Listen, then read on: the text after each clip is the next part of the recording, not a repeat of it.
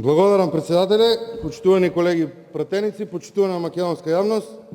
Очекував барем малку доблес од судската власт и од судскиот совет, и од владеачкото мнозинство барем да слушнеме зошто е предложена судиката Добрила Кацарска за уставен судија. Навистина, ова што денеска го промовирате како постапка е лоша пракса, затоа што бирањето на уставен судија не е бирање на судија во втора лига фудбал, па не треба да знаеме за кого разговараме. Туку разговараме за уставен судија на Република Македонија.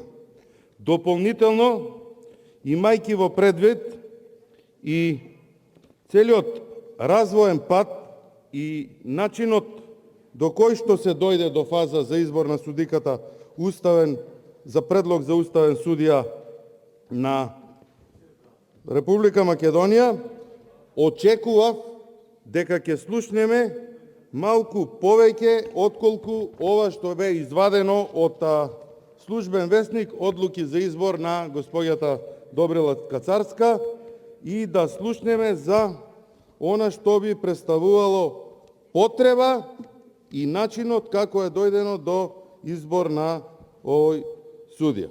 Значи, тука имаме буквално одлуки од Службен весник и ниту збор повеќе за работата, оценувањата, напредокот, кариерата, позитивните страни, негативните страни, позитивни одлуки кои што се донесени, негативни одлуки кои што Уставен суд има донесувано, позитивните рецензии, негативните рецензии за овој судија. Навистина, за мене е зачудувачки како може да дозволиме да некои работи во оваа држава поминуваат така.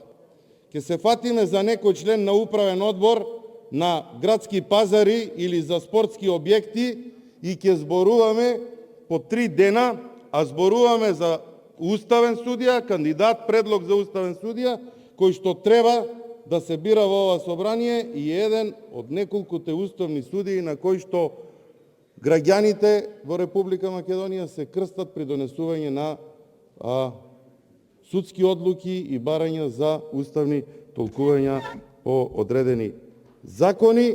И навистина не можам да се изначудам и очекувам дека барем ќе имаме можност да го слушнеме председателот на Судскиот совет да каже збор два, ако не друго, барем биографијата на госпоѓата Кацарска, да можеме ние како пратеници да дискутираме за оваа тема.